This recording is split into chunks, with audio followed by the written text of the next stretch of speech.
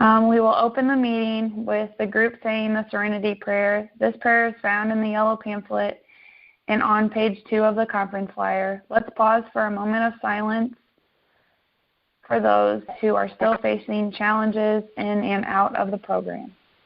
So let's say this together. If you would like to unmute, please feel free to do so.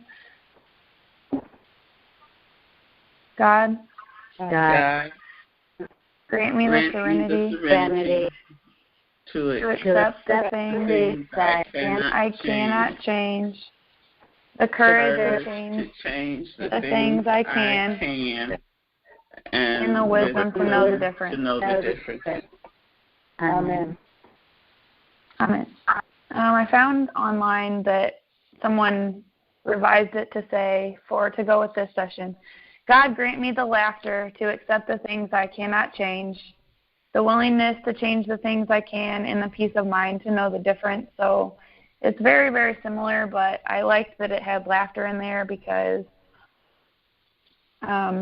sometimes I can't find the courage to laugh at things. So that's just something to keep in mind. So welcome to the second annual telephone conference of Emotions Anonymous. This is our last session for the day. Our theme for today is Experience, Strength, and Hope. And again, my name is Kelsey, and I am powerless over my emotions. Please, again, mute yourself by pressing *6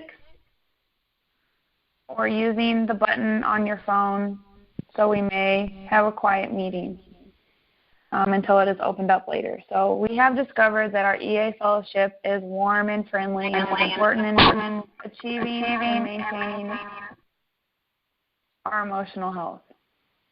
We come here to live a new way of life through the 12 steps.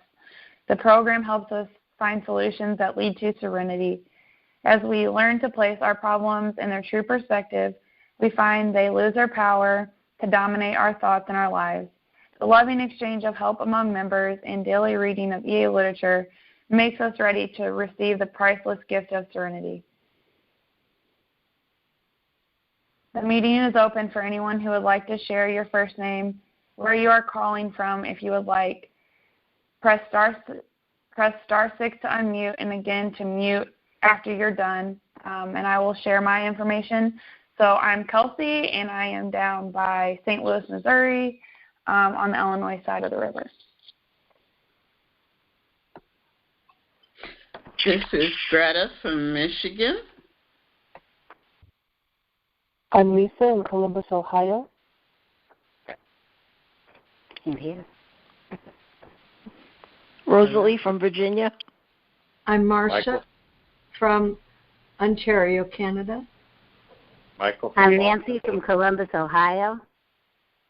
I think I spoke over someone. I'm back. Nancy from Columbus, Ohio. Thank you. Michael from Boston. Annette from Louisiana. This is Gwen in Idaho.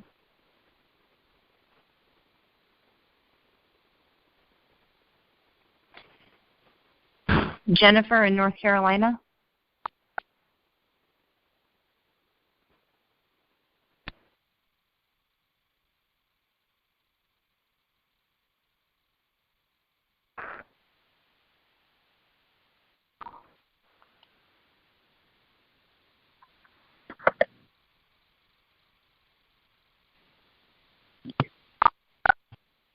If there's any more introductions, please just go ahead if you haven't, and I'll just hold for just another half a minute in case anyone else didn't get to announce themselves yet.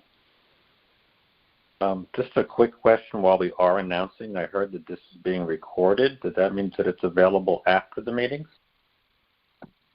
Yes, that is correct. Check the website, EA website next week when we should have the recordings up and how to access them. Thank you very much, Greta. Thank you, Greta, because I did not have a good answer for that. I would have said, hopefully. So I think that everybody introduced themselves, and so you guys know this is Emotions Anonymous, and I get emotional hearing, there's people all over the place calling. I just think that that's so wonderful. Our website, Emotions Anonymous, EAISC.org and the EAISC or International Service Center at 651-647-9712 have many resources that can help you gain serenity, along with a lot of people on this call. I think there's a lot of good resources in the people in the program. At our meetings, we use first names only. Many of us add powerless over our emotions. Comments made here are treated confidentially to uphold our tradition of anonymity. Anonymity assures us that only we have the right to make our membership in EA known to others. Criticism and arguments are avoided to ensure easy and open-minded discussions. Experience has shown that it is more productive to discuss solutions rather than problems. If we share the positives and solutions by focusing on the program, we are more likely to leave the meeting feeling optimistic and hopeful. Please refrain from crosstalk, unasked for advice or comments from another person, and feedback, as these can divert us from the step or topic of the meeting. We will now read Just for Today's and slogans we use from the yellow pamphlet. Who would like to help with the reading?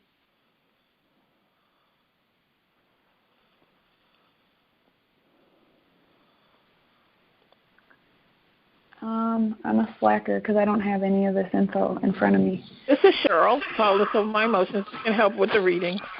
Great. I'm going to go grab my book. Sorry about that. This is Greta. I can help.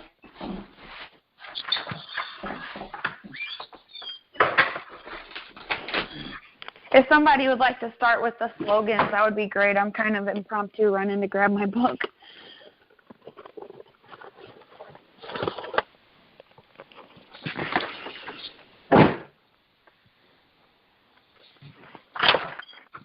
I can start with the slogans. Thank Slogans we use: let go and let God. You are not alone. One day at a time. Live and let live. First things first. Look for the good.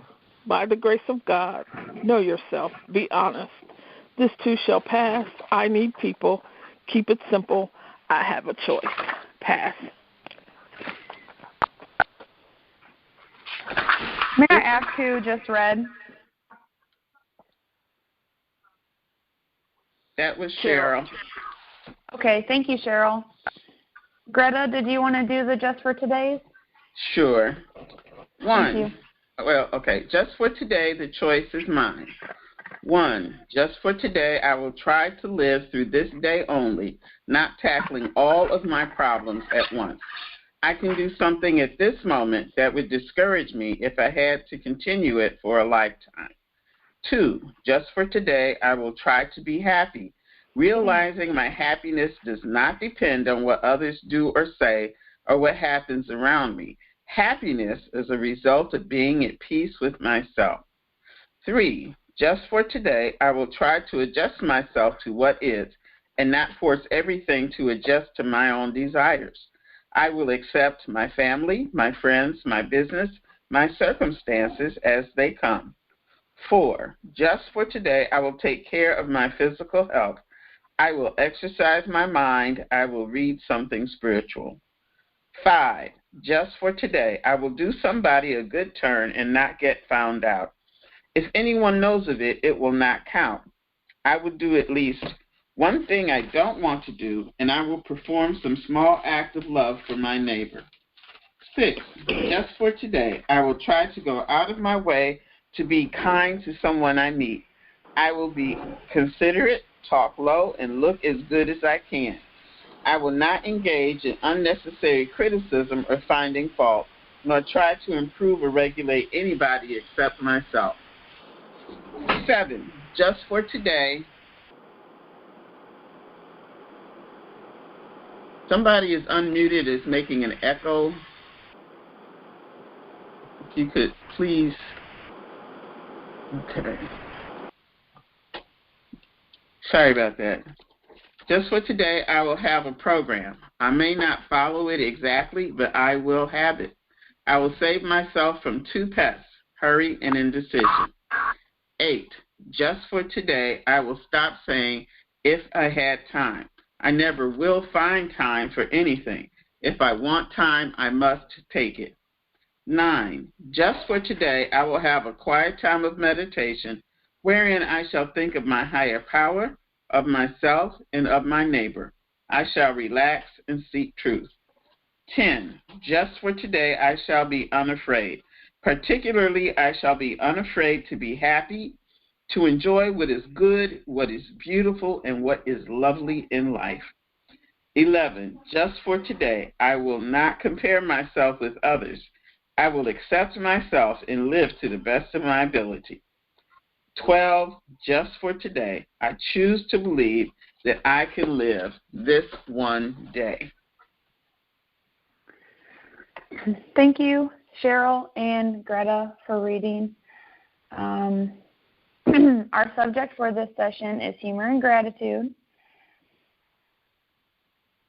And I'm the speaker. So I'm going to get started, and I do appreciate everybody for calling in.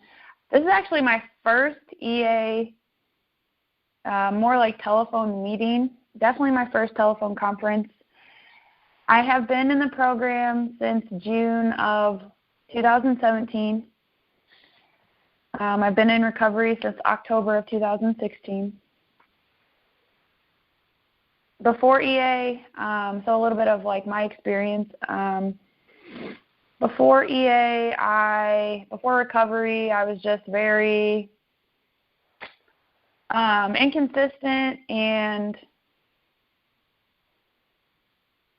I would say that my emotions have never been, I've always been powerless over my emotions, and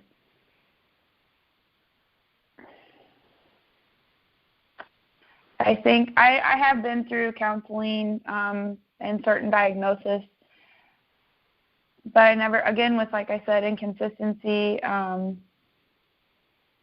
was medicated when I was really young, and it made me feel suicidal. So then I began to basically not trust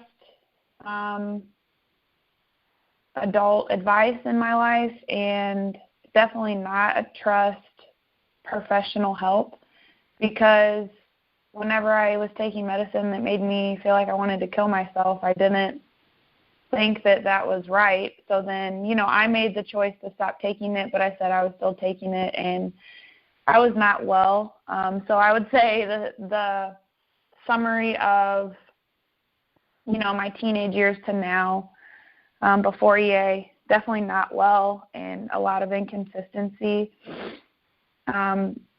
And those things added up to bring me into addiction and alcoholism. So what happened to bring me to EA? The start of that was when I was a teenager. My great-grandma gave me her book, and which is what I still use today. It's an older hardback that's very loved. It's been loved for a long time. I actually have wrote in here, let's see, I think she wrote when she started. New Living meeting in August of 96. So I was 5 then. And so she gave me this book, and I had it, and I never opened it. I just looked at it, and I was like, what the heck does that mean? And I was a stubborn teenager. And so I just ignored it for a long time, at least 10 years, until I came to the program myself. Before recovery, I related to someone that shared in the last talk that I was an outcast. I never felt like I was good enough, never felt a part of, whether it was family or friends, school, whatever it was. I just always felt like maybe I should be somewhere else, that I didn't belong, things like that. And then part of that, what happened to bring me here, is also sobriety.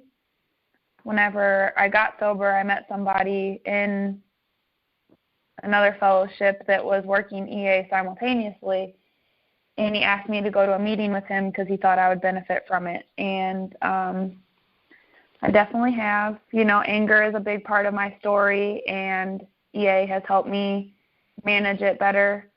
And then another thing, I sort of reading off of notes here, because with having this book, I was interested in coming to the meeting because I had that book, and I was like, well, at least I might feel like I belong there because I have, you know, I'll show up with a book, so it'll be like, hey, you know, I should be here. But,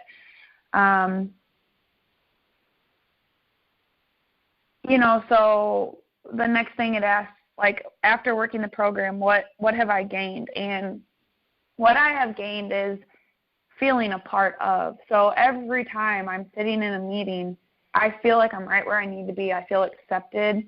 I feel understood. You know, and even on my bad days, I can get there like a whirlwind. But then once I sit in that chair and somebody starts the meeting, I automatically have a sigh of relief, and I'm like, oh, God, I'm home.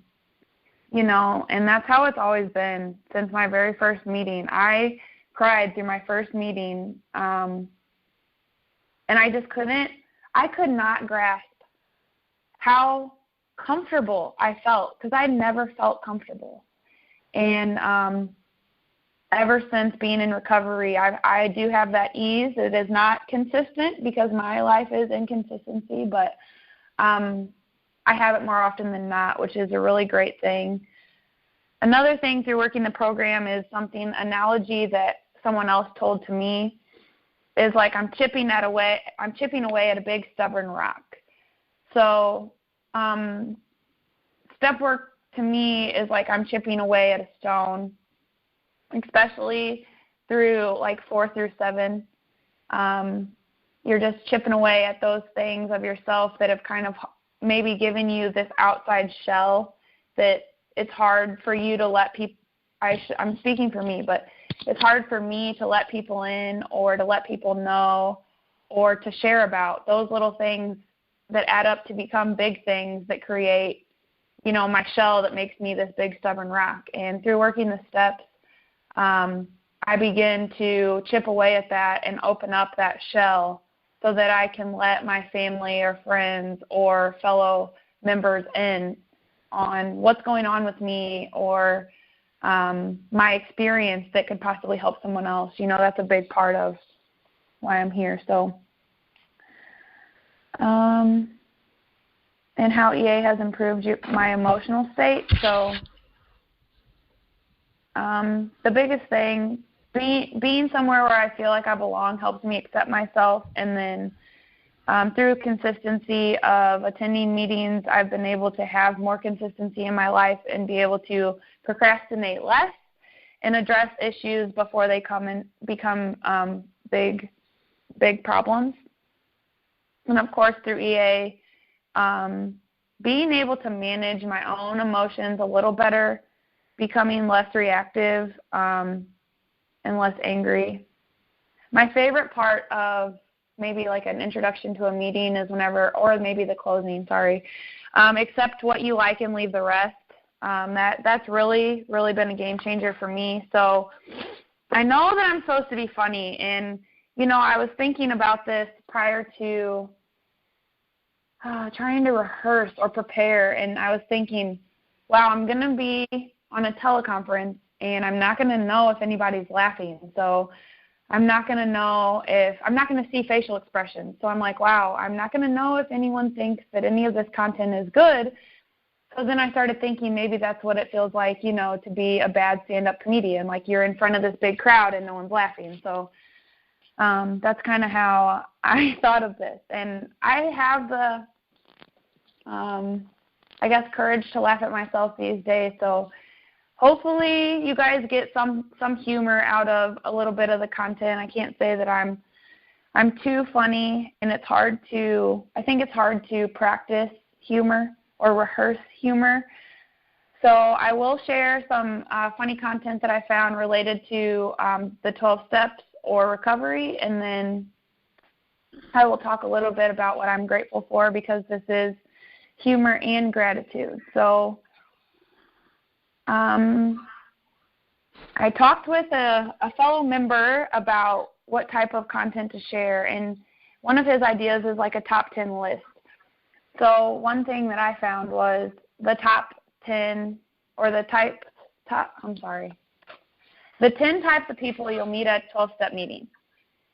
So it asks, do you recognize any of these types? And there is the 13th stepper, which I'm sure anybody that's been around has heard about. So I won't go into that one because it's kind of like, it's definitely not something to promote, but the 13th stepper, maybe you guys will hear about that if you haven't. And then there is the book thumper. So I could probably consider myself one of these because I think it's good to stick with the literature that we're provided and the traditions of the program. So it says the book thumper is known for their ability to quote the big book or the Emotions Anonymous phrase on any theme. And there is the meeting hound, which is maybe the person that's at every meeting that you've ever been to. So they'll come around and say, oh, I haven't seen you at a meeting in a while.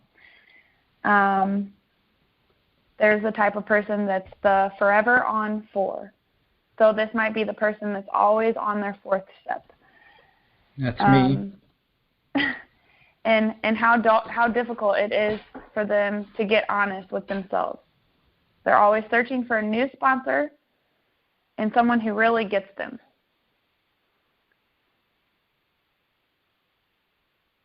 There's the catchphraser, which is the person that's always tossing out recovery slogans as if they created them themselves. I thought that was pretty funny. And also this person is typically recognizable for their affection for recovery jewelry, and maybe their bumper stickers.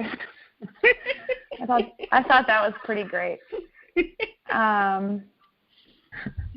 There's the day counter. So this person might have the calculator app on their phone. Can't wait to introduce themselves and talk about their number of days in recovery. And it also says that you might have a minute counter. Because some of us have to live at 1 minute at a time. You know, I have those days. And, you know, when I was reading through this list, I really related to a lot of them. So number 7 is the pink cloud.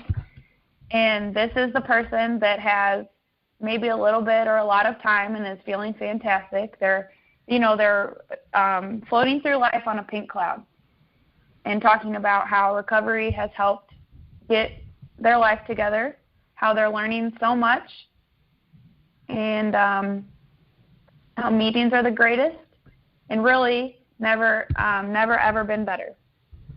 So I think that's a great attitude when you can come into recovery. I mean, that's how it was for me because my life changed dramatically whenever I got into recovery because I found somewhere that I belonged. So that was a game changer for me. The pink cloud did fade whenever I started seeing what it was like to be sober and live life on life terms. So number 8 is the texter. Yeah, that one I thought was funny because it says they tap furiously before the meetings, during the breaks, appear to be busy and avoid making direct eye contact or meeting new people. Side note, I'm a single mom with a little boy who just woke up from his nap, so that's happening right now. And number 9 on the list is the crier. So, you know, we all have those days. And number 10 is the old-timer, which I thought, of course, I said I relate to a lot of them on this list, and the only reason why I relate to that one is that's something that I want to be. So I heard somebody in the last share that they had been in the program for 30 years, and I want to commend her because I think that is great. Yeah, there's a lot of funny phrases for the old-timer. Hi, Dante. So I tried to add because, you know, we're a 12-step meeting and maybe we have a top 12 types of people that come into the meetings. So I thought of the newcomer, which the list might have said that the newcomer is the texter, somebody that maybe doesn't want to be there but feels like they have to be. And then another person that I've encountered quite a bit is the encourager, or somebody. There's always somebody that's there to encourage the crier, the newcomer, the old-timer, and those people.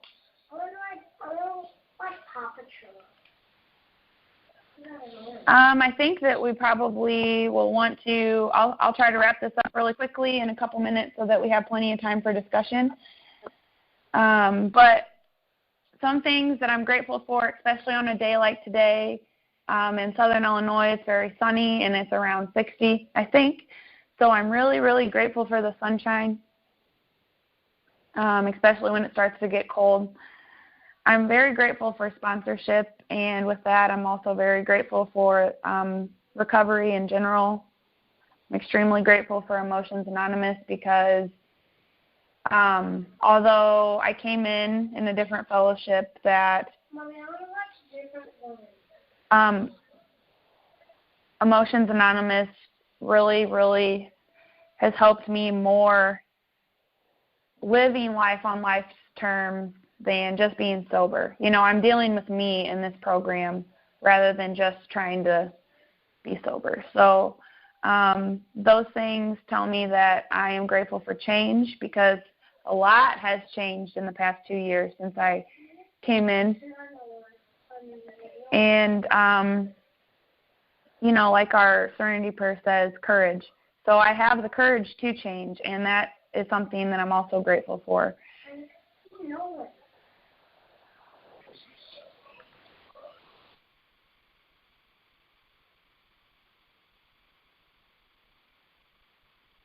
Sorry, I had to mute because my son thinks that I'm talking to no one. So I heard Emily say on the last talk that she is grateful for, I think it was Emily, for living out of her head. And when I heard that, I thought of that I'm grateful for living one day at a time. And again, I said recovery already, but I'm also very grateful for meetings. I'm grateful for the planning committee that put this conference together. I was really wanting to be on this morning, but it didn't work out for me. But especially Emily, Greta, Scott, Elaine, and, you know, those others that helped us get this going, and everybody that was in the first annual planning conference or planning committee that, you know, laid the foundation for us to be able to do this again this year. I don't have a lot else, and I'm a little bit distracted, so I hope that somebody benefited from something that I shared to start this off. And I would like to open it up now. We will share our thoughts and experiences relating to this topic.